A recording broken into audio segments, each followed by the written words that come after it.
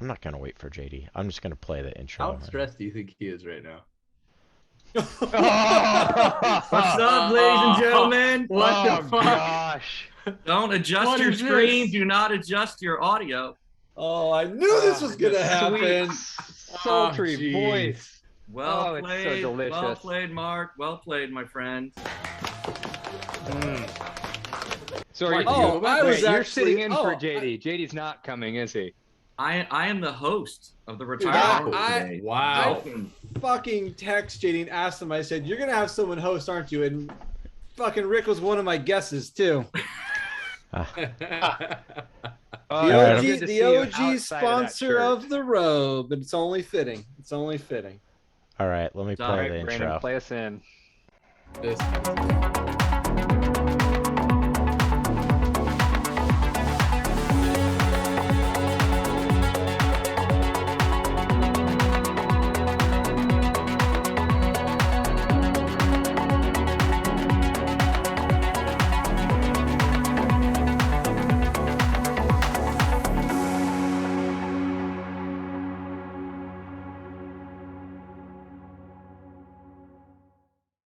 All right, ladies and gentlemen, boys and girls, welcome to our episode of Retireholics today.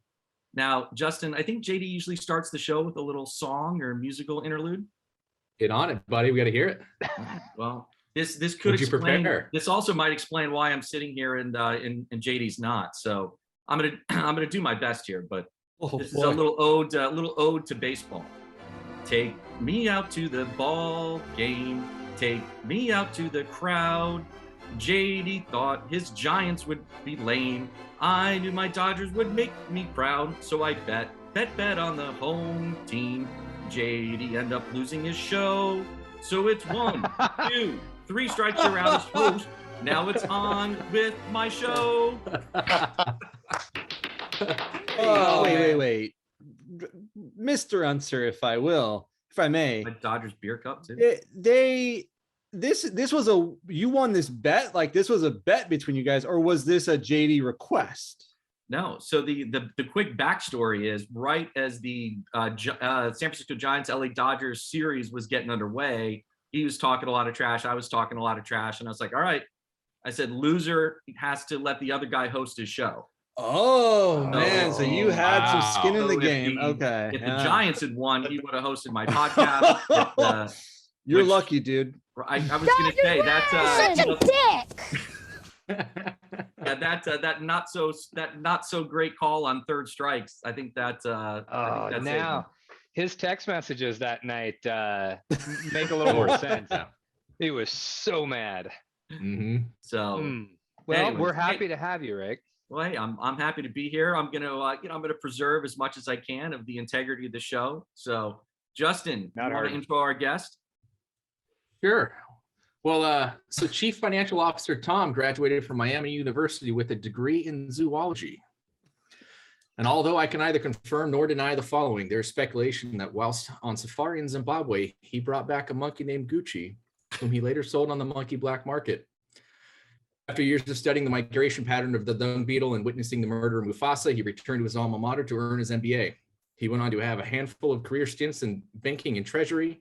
His resume consists of multiple organizations, big and small, where he has served as many 3-letter acronyms that I can't mention due to the robe guy acronym Nazi over there.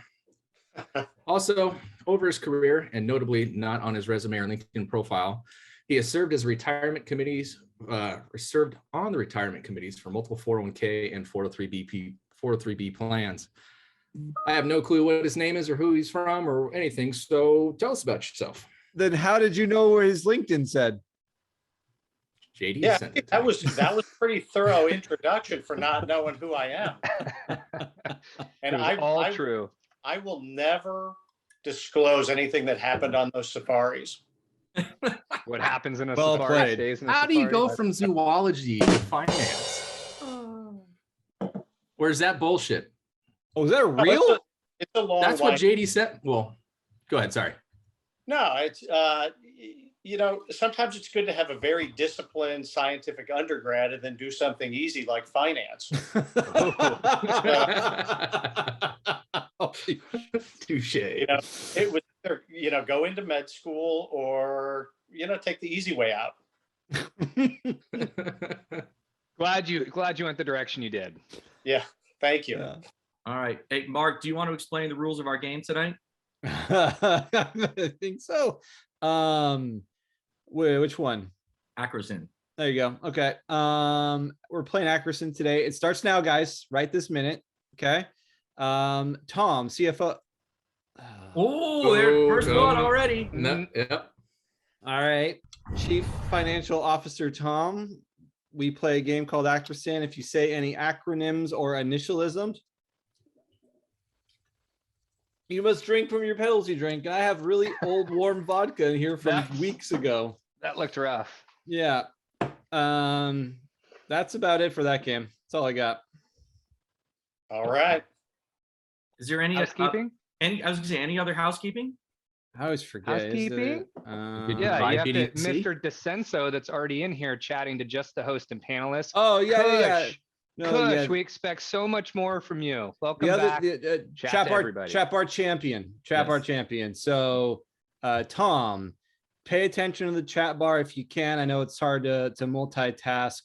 But if you can, look at what people are saying and doing. And we vote at the end. You pick somebody from the chat bar, put your vote in, and then they get put into the finalist position, and we vote on them. And whoever wins gets to pick a mug with one of our faces on it. All right. Do they get to pick a mug with my face on it since I'm playing the role of JD today, or no? Oh yeah, that might be That an option? the, Some of the those, yeah. limited edition. Should be. Yeah. That Right. might be the limited edition. Limited edition. There you go. Right. All right. Could Okay. be. All right. Well, I'm going to kick the questions off here. So, Tom, we got a bunch of Wait, 401k people on the line here. Is your name with- really Tom? It is really Tom. Yeah. Okay. Okay. It wasn't That'll that make it clandestine. And Yeah. Tom is not an acronym. Clear. Okay. So Tom, you got a bunch of 401k people watching us right now, and literally all we do all day is think about 401k plans. Just ask Chad the nerd sitting next to me. All day, every day. You, as a chief financial officer, I know there's probably maybe one or two other things you think about other than 401k plans. Tell me a little bit more about your world right now and things you're trying to solve for, just in the business in general. You mean aside from 401k plans that I think about every day? I mean, if that's really what's top of mind, then hey, I'm sure everybody here would love to hear it. Sorry, I was just trying to fit in. It's not hard. You just drink. All right, let me start with that. I'll tell you, it has been crazy days these last couple of years. I mean, it's you've got working from home, you've got supply chain issues, you've got all different kinds of things that we're thinking about. How do you keep people productive remote? And then on top of that, how do I make sure that I meet my fiduciary responsibility on my 401k? So And that's the one that really keeps you up at night. and that's one that keeps me up at night. I think it's been a like nothing I've seen. Hold on, let me decline. Oh yeah, you're Get a using phone your call. phone tonight. I'm gonna aren't fix you? my hair. I don't have a ton of gel in. I guess I'm just having a bad hair day. So sorry about that. It looks good. Thank you. Just got out of a board meeting today, and it's budget season. So we're working through budgets. But really what most of my days right now are spent, on the boring of how do I get my stuff off these ships out in Long Beach Harbor? Like nothing I've ever seen, that's for sure. Yeah. The struggle is real. Yeah. I'm just hoping that's not where the alcohol comes from. I think that's where March came from. It's been sitting on the container ship for a little while. 100%. I know JD sent out some stuff over LinkedIn, and I had a very similar question, which is somebody that sits in your chair, like, how do you view a 401k plan? Is it like payroll tax? Like you got to have it, you got to pay, you got to put a match in, or is there really some benefit to offering a 401k plan that helps you recruit and retain employees, grow your business, or provide some grander strategic value in your mind? Well, I'll tell you, in the different companies that I've been with, I've seen, all different approaches that, how you handle the 401k, and whether it's a strategic retention tool, whether it's just like having an extra payroll tax, it's just something you got to do. I've been with companies that match, companies that don't match. And I got to say, like where we're at now, it's a great recruiting tool. If you have a good product, the employees really appreciate that, the strong investments, tools that help them think about their future and think about their retirement, if you can get them to enroll in it. And then really, we look at our match as being a key, not only retention tool, but quite lucrative for the employees to help them get set for the future. When you're chatting with a new employee, do you take the match contribution and show it as part of their compensation package? Good question. Yeah, that is a good question. It depends. Last two companies I've been with, no way, because we didn't have a match.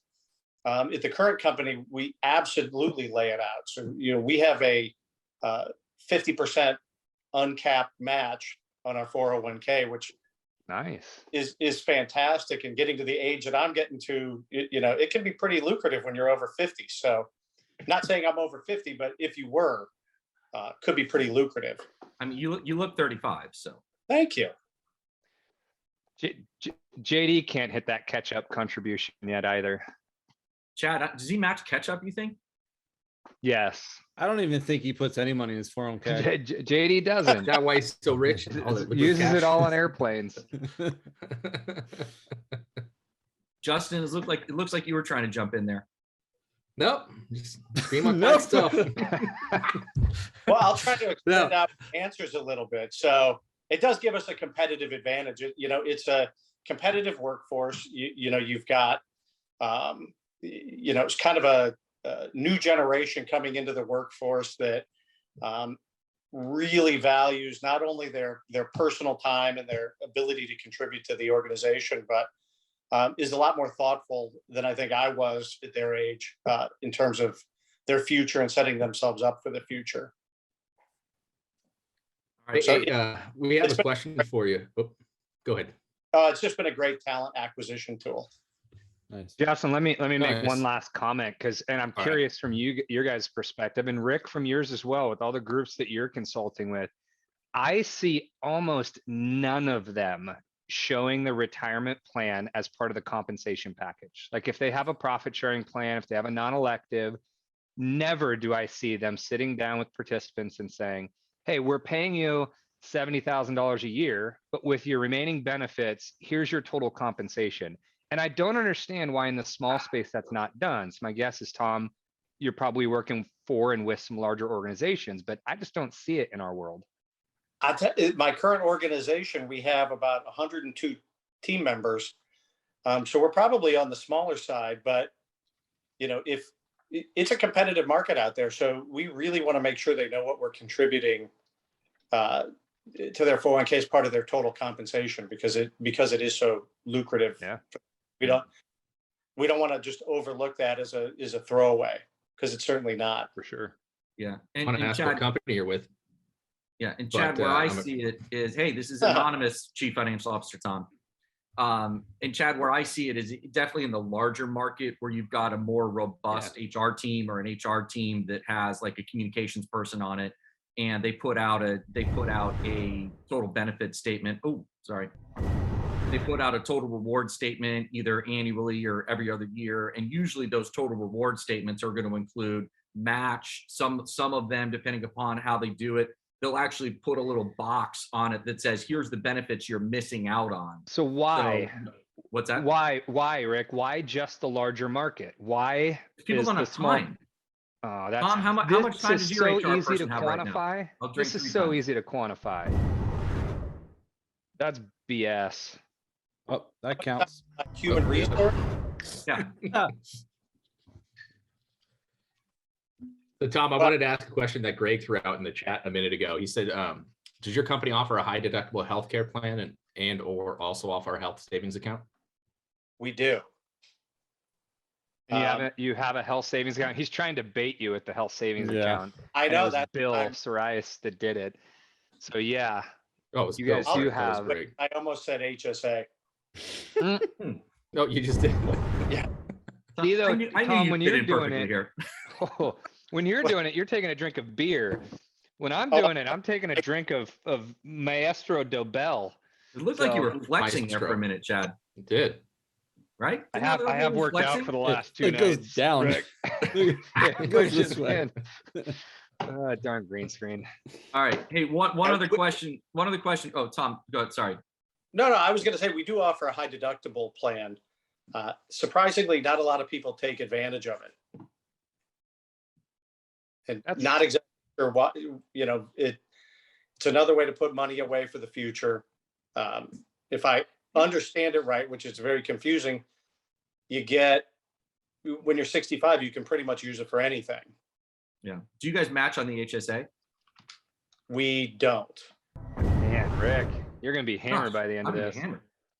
All right. Um, One last question on my end. So you mentioned obviously the competitive market for talent, and I think, hey, we're 401k people, so we've got to hammer the world's a nail. So the answer to recruiting more things is higher 401k match, higher employer contribution, but there's a lot of other elements to pay and compensation, whether that be higher hourly pay, bigger cash bonuses, more vacation, whatever it might be.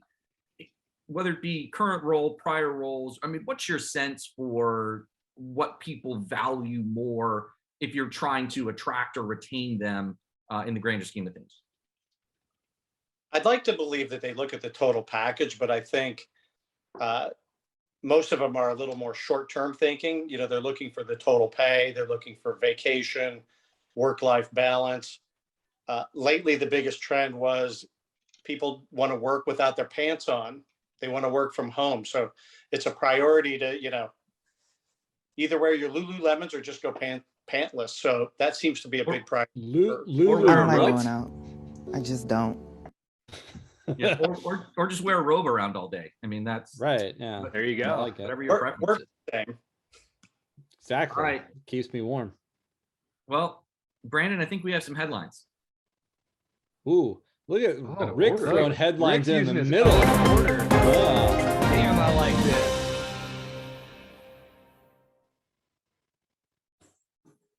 No, Rick, you got to tell us the headlines now. Oh, I actually have to do it? Yeah, that's your Okay. bit, man. Wait, they didn't give us any show prep, Rick. All right, no, I thought Brandon read the headlines or something. All right, my bad. Okay, so hey, we'll go back to the first one. Survey says nearly half of all Americans will retire in debt.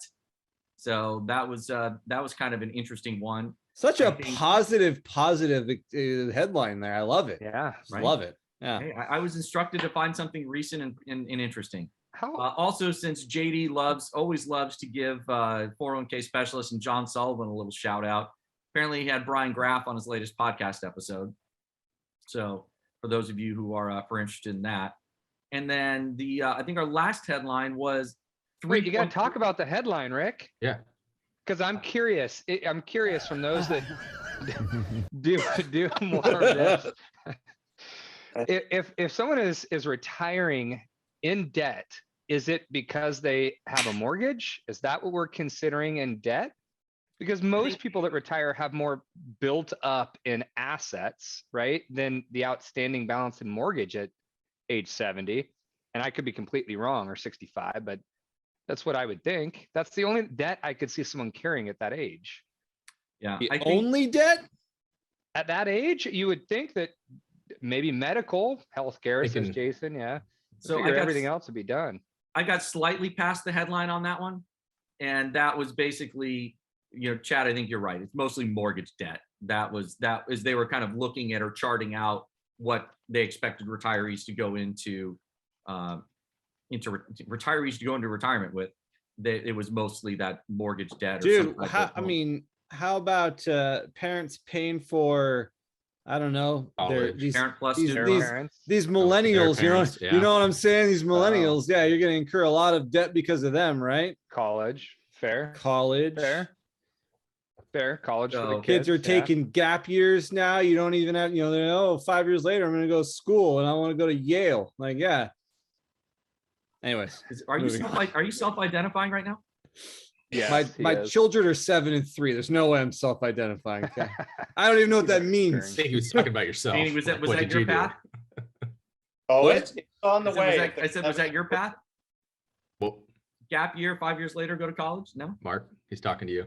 Oh, I get it. Now I get it. See, I didn't understand the question. No, I went right away, Rick. I went right away. Okay, got it done. There you go. Tom, what were you trying to say? It took me 12 years, but I got it done. Okay. I'm joking. I'm joking. It's funny because it's true. Hey, Tommy boy. All right. Just run up that school debt.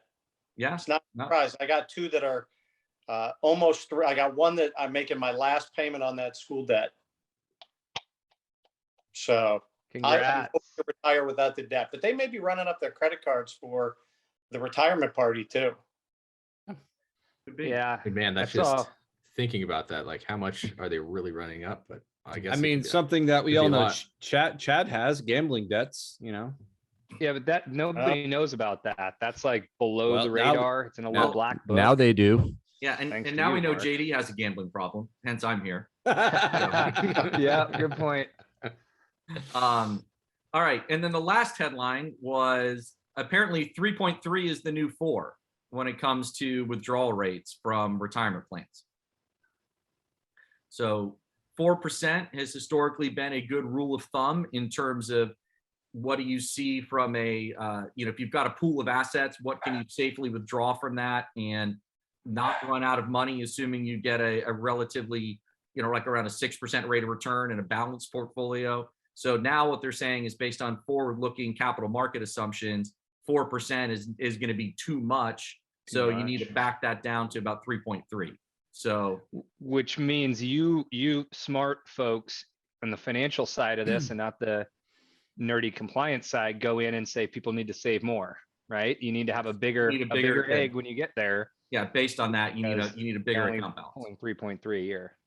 Yeah. So work with Tom, he's got a nice match.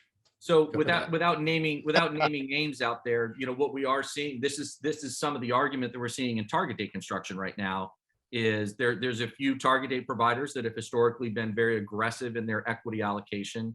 And that one of the reasons for that is that they feel America is undersaved and they're overestimating how much they're going to have.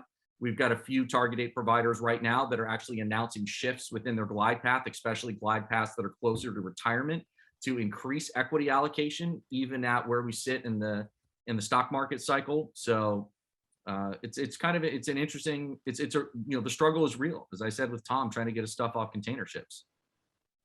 Yeah. So Tom, do folks in your line of work, do employees bring these kind of questions up to people within your company, or do they know to take this to their financial advisor? That's an interesting question. They really don't bring it up. I'd love to think it's because they do take it to their financial advisor. I'm just not sure they're thinking about it at this point. I think unless there's online tools or other things that help them, understand whether they're ready or not for retirement and what their goals are, I don't think a lot of them are really thinking about it. So they don't ask. Are you guys hosting like semi-annual or maybe annual meetings with your financial advisor to address this type of stuff? We do. Mm-hmm. They're not mandatory. So they're volunteer that's there if they're available, not usually super well attended. Which is a Maybe we should make shame. it And I feel like mandatory. I feel like that's a failure on us as an industry to make these valuable enough that people will tune in, that people will want to Fair. show up, that people feel the need to show up. And perhaps that's a communication issue, and perhaps it's also on us, because I can't tell you how many damn meetings I step into that the initial thought from the person sitting across the table is like, oh shit, we're gonna talk about 401k. Like there is no excitement from them whatsoever. all right, Tom, I got another round of questions for you. So Oh, great. Wait, hold on. Oh. We should probably spin the wheel of ice. I was told that was after topic number 2, but go ahead. Let's spin We're the at wheel the of ice. we're midway point, Rick. We got to drink more. All right, let's do it. The wheel of ice, the wheel of ice. What is it?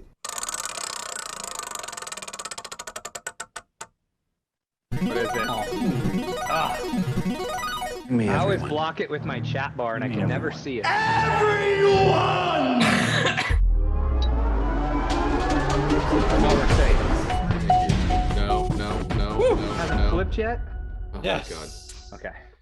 Okay. Tom probably has no clue I what's didn't have going a on white here. a White Claw, but I had a Coors Seltzer. I feel like I'm in. Hey, the- that works. That works. fair. Sorry, Tom. I feel like that's we'll- kind of the same level of grossness. Entertain the guests for us, Tom, while we drink. Yeah, we'll just tell us a story. Hey, so Or a Tom, joke. Or join us. the question I was going to give you is on the line. You've got a lot of people that sell things. Not everybody, but there's a lot of people that sell things, and a lot of people like to, want to sell into CFOs. So if you had to take a guess, how many calls do you get a week, daily, monthly, whatever the case is, and what can maybe some people learn from some of those calls you've taken over the years? Rick, you owe one. You do owe one, Rick. Brandon, why are you doing a froze? B? Oh, we were safe? Fuck. Yes. Sorry. Go ahead, Tom. All right. So I tell you, I probably get, a dozen to 20 cold calls a week, on the phone. I try to screen just by, whether I know the number or whether it looks familiar. It's from an area code that, and if I don't know it, I let it go to voicemail, and then I'll listen to it and just won't call back. More prevalent is really the cold emails, which have been happening more and more frequently. The most particularly annoying thing is when they send me their Calendly and say, hey, I'm cold calling you. Feel free to log into my calendar and set up a meeting with me.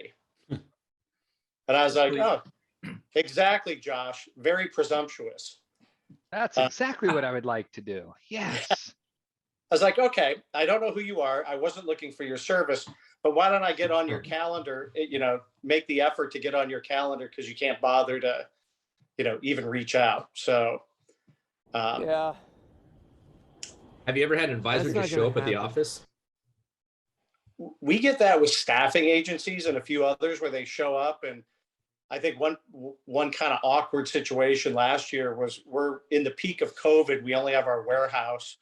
Most people are working from home, and the staffing agency shows up with this big plate full of cookies.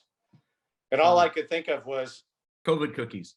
You're bringing us COVID cookies? Like, wrong time to bring a gift, where you've been touching it and we don't know where the cookies came from. That's an Ackerson, right? Yeah. Right? COVID? I don't know. Sure. I'll drink with them for that. COVID? Okay. All right. You guys keep saying it, and I haven't pushed the button yet. So Hash cookies. Come on, Greg. Hey, Tom, someone asked in the chat bar, are there any types of communications from these folks that actually get your ear, that have you interested? What does it take to get Chief Financial Officer Tom excited about taking a meeting? To me, really, it's just about timing. So if I happen to be either thinking about a particular topic or looking for something, and they happen to reach out at the right time, which is very rare. Usually, if I do pick up or I do talk to them, I'll just say, if I end up looking for this service and you're as good as you say you are, I'm sure I'll find you again. So there's not much really that gets my attention in terms of the cold call. What's the worst? From handoff or an introduction from somebody who knows somebody or has worked with them usually is much more meaningful to me. Oh, certainly. Yeah, that kind of introduction. What's the worst you get, Tom? Is it LinkedIn? Is it email? Is it a phone call? Is it the random stop by? Whoa. The aforementioned sea cookies sounded pretty bad. That was a situation pretty bad, but I think the LinkedIn, the constant barrage of having to ignore invites from different salespeople who are obviously just trying to link in so they can send me a note to send me a sales pitch is probably, the worst. Yeah.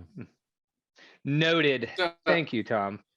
Yeah. So for someone in your shoes, Tom, someone put a question in the Q&A as professionals in the 401k industry. What? Question and answer? Anyways. Question and answer. Oh shit. Anyways, What services or assistance do you need that we in the industry are not providing to you? Justin, you're jumping ahead. Well, if I had a fucking agenda, I wouldn't. Dude, this was all locked down, No, Let's keep the closeout question. You guys got that I'm saying that's a segment 3 question. All right, well, let's table that then. So yeah, so the Go ahead, question, Fred. yeah, I think I'll take a slight derivative on that. You mentioned timing, but how else can someone who's trying to get to know you, who's trying to earn your business in a positive way, how can they kind of get in the door or get into your Rolodex as somebody that is either, in the orbit when you need help, or someone that you kind of consider running something by if you weren't happy with the current solution? That's a tough question, because usually what I do is I go out and, now that we've got this series of interconnected servers, the World Wide Web, usually what I'll do is seek out, various service providers, look at ratings, recommendations, things like that, more so than when somebody's cold calling me.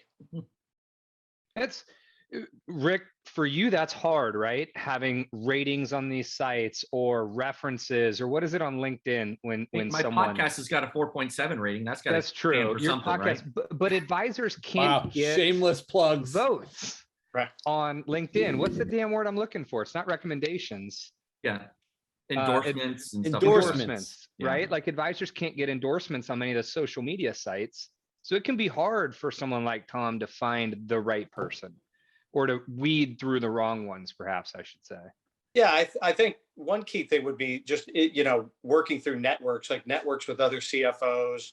I happen to work with private equity-backed companies, so usually we have a group of CFOs that you can lean on to find out who they're using, who they're working with, things like that. But it would be tough as a service provider to really stand out. Yeah. Well, and especially with the CFOs, sorry. With the ease nowadays of reaching someone, like you said, you just get bombarded. When you said 12, I think you said 12 to 24, a dozen to 24 communications a week, cold calls a week. Like, that was mind blowing for me that there are that many folks that are just looking at 5500s and dialing for dollars still. That's everything. That's not just 401k people. That's I get that. I just thought our industry had gotten past that. The narrowing of the players, right? Merrill, Morgan, all these firms said, you, and you cannot sell 401k plans. You got to use that corner office person. And so I thought the narrowing of the advisor arena would get rid of some of that straight cold calling on this space, but apparently I'm wrong. You're wrong, Chad. Thanks, Mark. Appreciate you. Just so you know. In there. All right.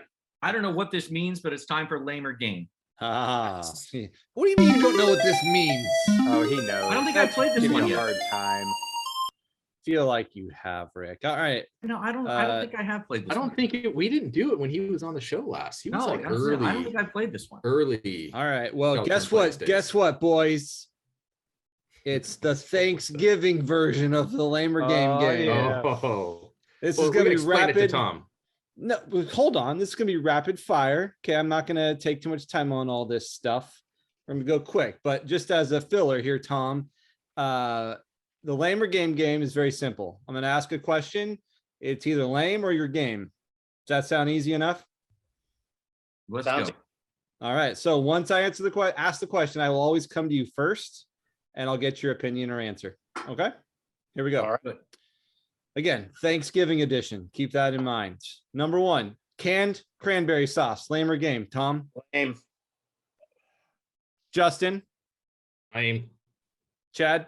Disgusting. So lame. Rick? Jellied game. The canned? Canned jelly game on. Oh yeah, it's the best. All right. Next Not question. the whole setting you berries. guys You for can't have the whole Christmas. berries in the can. It's got to be the jelly. No, just like the one you cut and like it looks like Yeah. Jello. It's Done. fantastic. Game on. All right. Best part about Thanksgiving. Lamer game, Tom. Watching the Thanksgiving parade on TV. Go. Game. Do it every year. Chad, With the kids, it is always on in the background. I'm game. Justin. Lame. Yeah, you don't strike me as a parade guy. No, I don't have the patience to sit there. Rick.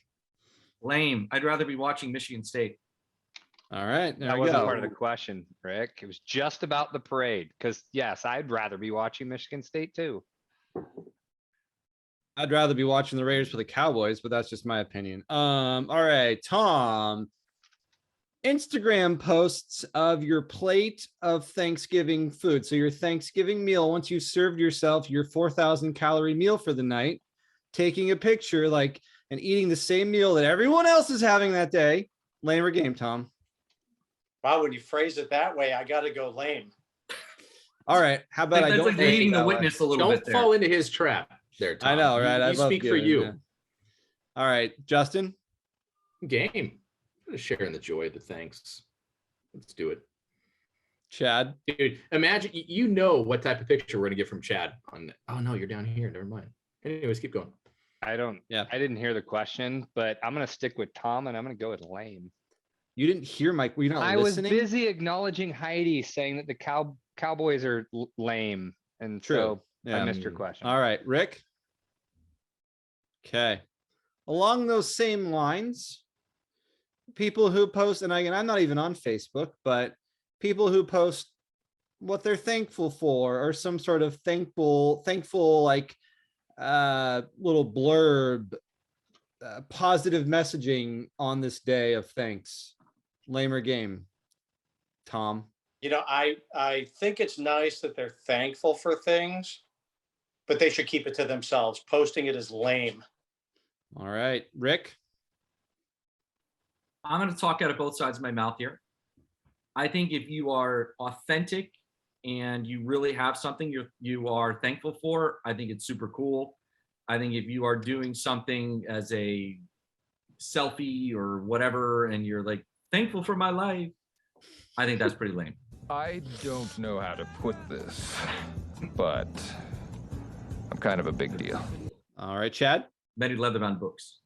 I'm kind of agreeing with Rick here. Like if you're genuinely thankful and you want to share that with people and let them know publicly that you appreciate them, and then go for it. But saying I'm thankful for this great meal that, mom cooked for me or I cooked for, not there. That doesn't need to be shared.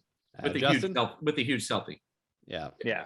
Justin. You can tell the people who are just doing it just because they're social media whores and the people who are genuine. And so I go through that. I'm like, you're full of shit. Oh, you're right. Okay, I like you.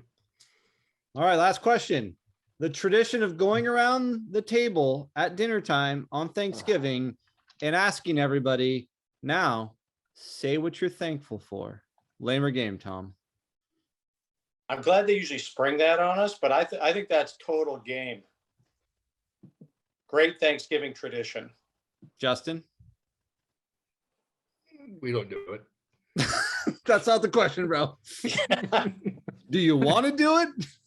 Not really. I just want to eat and go to sleep. All right, Chad. I'm game. If you're thankful and you want to share it all year round, you don't need to be put on the spot on one day a year to tell people what you're appreciative of. Like, live in the moment, man. Come on. I'm thankful for Jason Lee. Jason's becoming one of my favorites. Yeah. And last but not least, my favorite Retireholic, Rick. I'm game, but we do a prayer and then we eat. So it's just not our deal, but I'm game for it. All right. Well, you know what they say. You know what they say. I ran out of beer. Cheers. All right. You need more, Mark. Justin, you had a phenomenal question a minute ago. I'd love for you to re-ask it to Tom right now. Tom, as professionals in the 401k industry, we all think we know what people like you need. But what services or assistances do you need that we don't yet provide? Shit. Did you read that off of a cue card? Yeah, it was bad. A LinkedIn cue card. Someone was messing with the queue and are we answering? that's a catch. No, that's a full answer for you here. What else do you Yeah, seek? so- What could we do better? What do you need? I tell you, less paperwork. Technologies. That's all Chad's fault, by the way. That's sure Too it many is. words. easier access, easier visibility. I think the service has really stepped up. I think, the next evolution is really access, visibility, and the tools you need to plan a great retirement and maximize your 401k. Golf clap. Chad, would you want to jump in with something?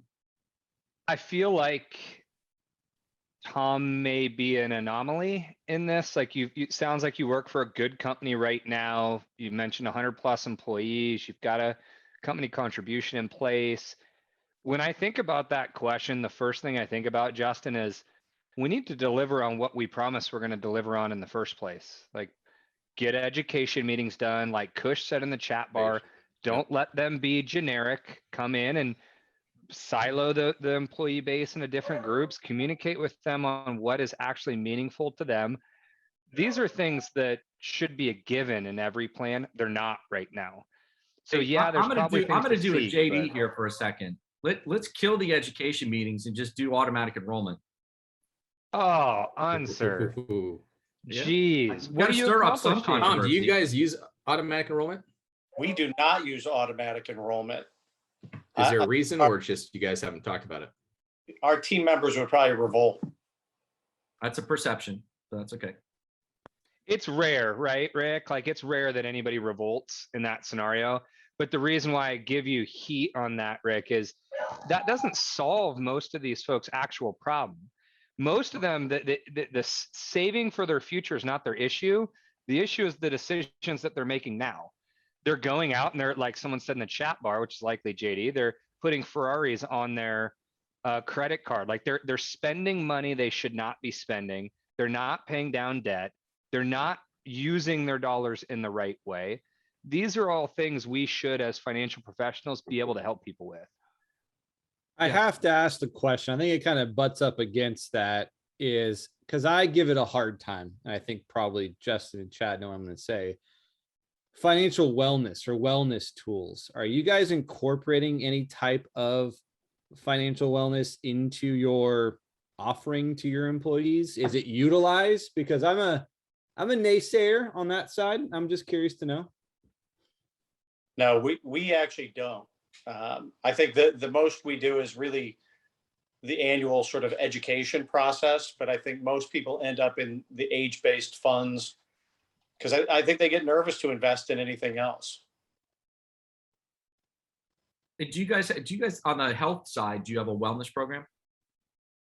On our health benefits? Yep. We do not. I think one begets the other in a lot of ways. What do you mean, Rick? Meaning if you buy into wellness on your health insurance, then if you've kind of baked that for a couple of years and people are used to that and they're seeing the communications around it, then that starts to beget, okay, well, what else can we do with this? All right, well, let's put financial wellness into that. And so that's where we've seen financial wellness be the most successful. Is it's tough to get somebody to buy off on wellness if financial wellness is the first toe in the pool. But if you're already committed or you're thinking about executing a wellness program on the health side, then generally speaking, people are looking to bolt different aspects onto that to increase the reach and effectiveness. Man, our host is so well spoken and smart and eloquent. It's ridiculous. That voice I can't is so believe. soothing, I too. know it's. And I'm like 3 or 4 beers in at this point. So I know it's impressive. Yeah. I really hope our exit song is the 401k Fridays podcast. Yeah. Hey, to JD for years has said to us, both in passing and on this show a bunch, that he used to love the 401k focused advisor, but now he realizes the convergence means you shouldn't just be 401k focused. You could be, but you need to have the right partners to help with the health and the group side of things.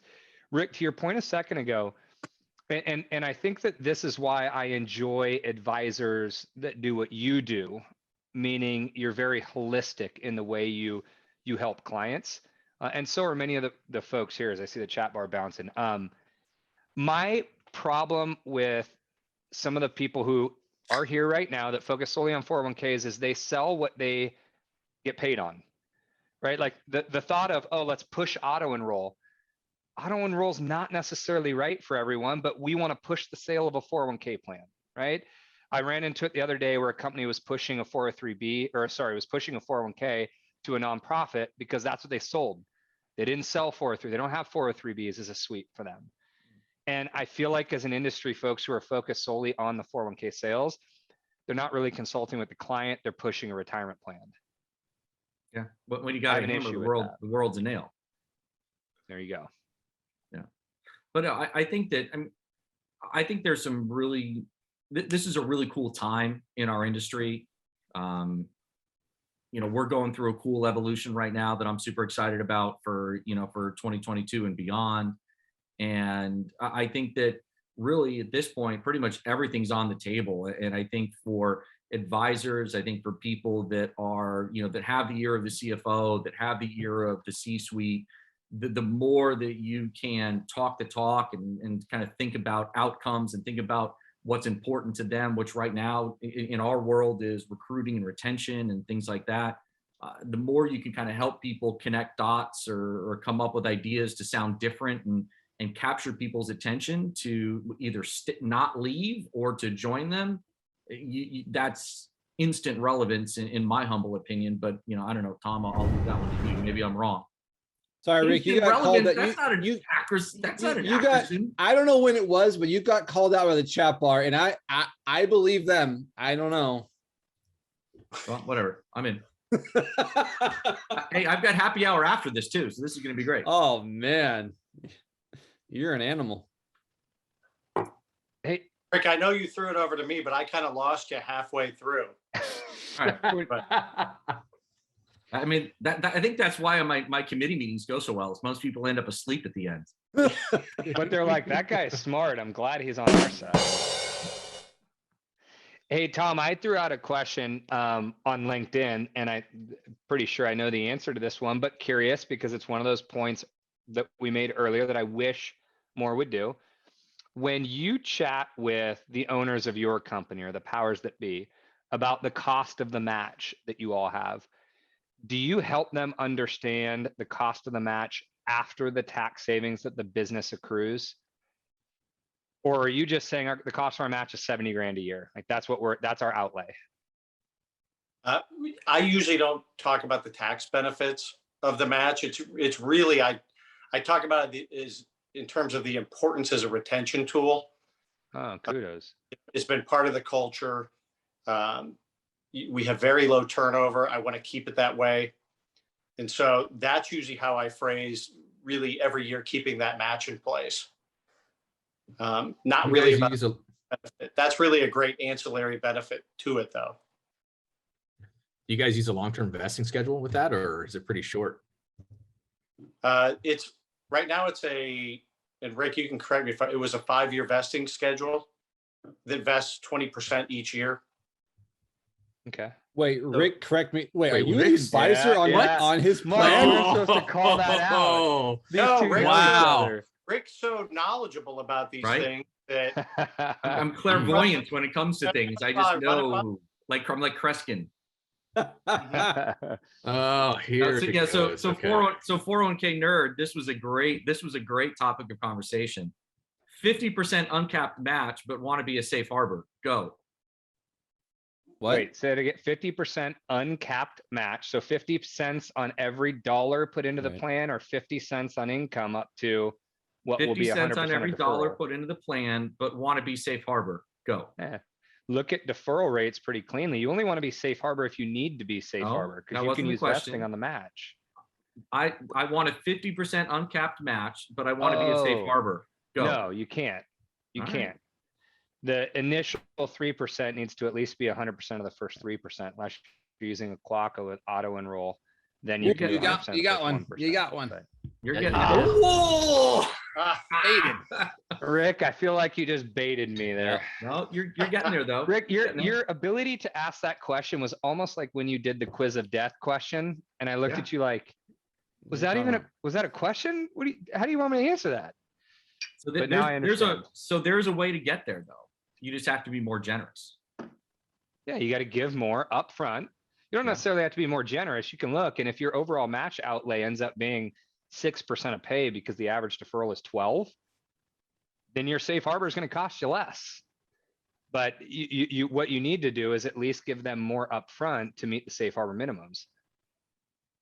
So 401k nerd, check me on this, and then we'll go to the wrap up here. So if I want to keep my 50% uncapped match, but I want to be safe harbor, if I'm going to do 100% on the 4 to get to safe harbor, I have to add another 50% onto the first 4%. So I'm really doing 150 on the first 4 and then 50 on anything above 4. If you need the safe harbor protection, you can't match on anything above 6%. For safe, Otherwise, to be you considered lose. safe harbor. Yeah. To be Anything else considered is safe subject to AC average contribution percentage. Oh, There you that's go. close. That is. So Okay, we gotta what roll you're with talking those. about is That an was like a check an swing. enhanced. I feel like that was a check swing. For You sure. said 2 out of the 3. I don't know. He said That was across the plate. The hands crossed, the bat drug a little bit. Just like the but you third, were across. just like the third strike call. Sucks, doesn't it, I'll Rick? take that. because you said that, you get one. Yeah, I'll take that. And this was my warm Jameson Ooh, that I had. I was Look, saving that. For the, Rick, you're gonna have some fun tonight, buddy. Oh, yeah, he's going to happy hour after Yeah. this. Hey, Rick, I'll make one more comment on that. The guys do this. We've done this for years. If you have a very young group of owners and, cross-tested profit sharing doesn't work, it's heavy cost on the profit sharing side if you're funding any type. Often what we'll do is what you're talking about, a supplemental match. We'll do like a dollar for dollar match up to 6%. We'll add a supplemental match on the first 4%. So they're essentially getting a 200% match on their initial dollars going in. And you can get a 25-year-old chief executive officer or business owner up to some 40 or 50 grand of funding into the plan without even using profit sharing. I think you just said you were 25 years old, Tom. Yeah, Tom, 25. We're going to get 50 grand into your plan. Yeah, we're going to have to talk a little bit more about how exactly you do that. Because I'm very interested. You need to let Rick go. Bring us on. We'll take care of you, Tom. Well, on that note, I think it's time to wrap up the show. in a van down by the river. Now we have to vote for chat bar champion. Yes. Okay. All right.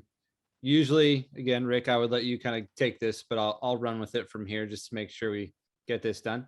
I Mark. appreciate that. Justin, your vote, please. It's so. Okay, Tom, were you able to look at the chat at all? I have been. I enjoyed Josh Itzo. All right. No, you there can't go. take him. I took him. No, you can No, double you up. can There's double no up. rules. There's no rules against that. Itzo He's had a got solid Itzo night. times 2.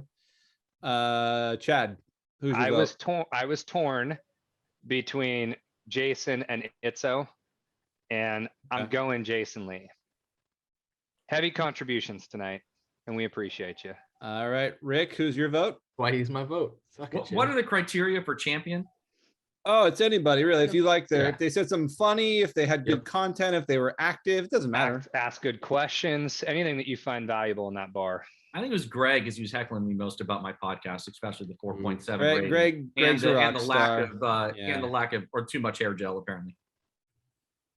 All right, I'm gonna throw Kush into the mix for some good questions. And I missed Kush. I've missed Yeah, Kush he's been being back a here, couple so times. Love welcome back, my friend. All right, Brandon will throw up the graphic. We'll take a vote. See who wins. Tom, your vote, by the way, since you haven't been on before, all of these are staples. These folks that have commented tonight, these are people that always are in the top running of the chat bar. And we're not allowed to vote, so just Itzo get is rid of that there. screen. No. Oh, okay. I was like, I can't do anything. No, he doesn't let us vote.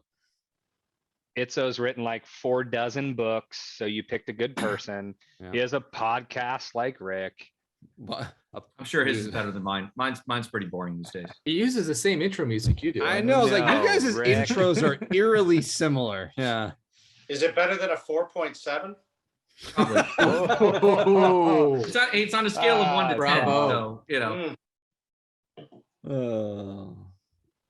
All right, anybody want to take a vote?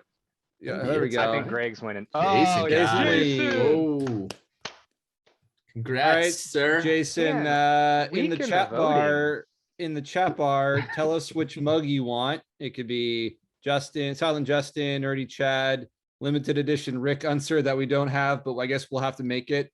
JD Carlson or myself. And once you let us know which one, we'll send it to you.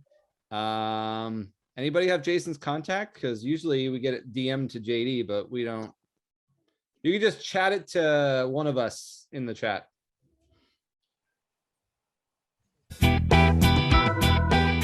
Oh, wait, don't start the music yet.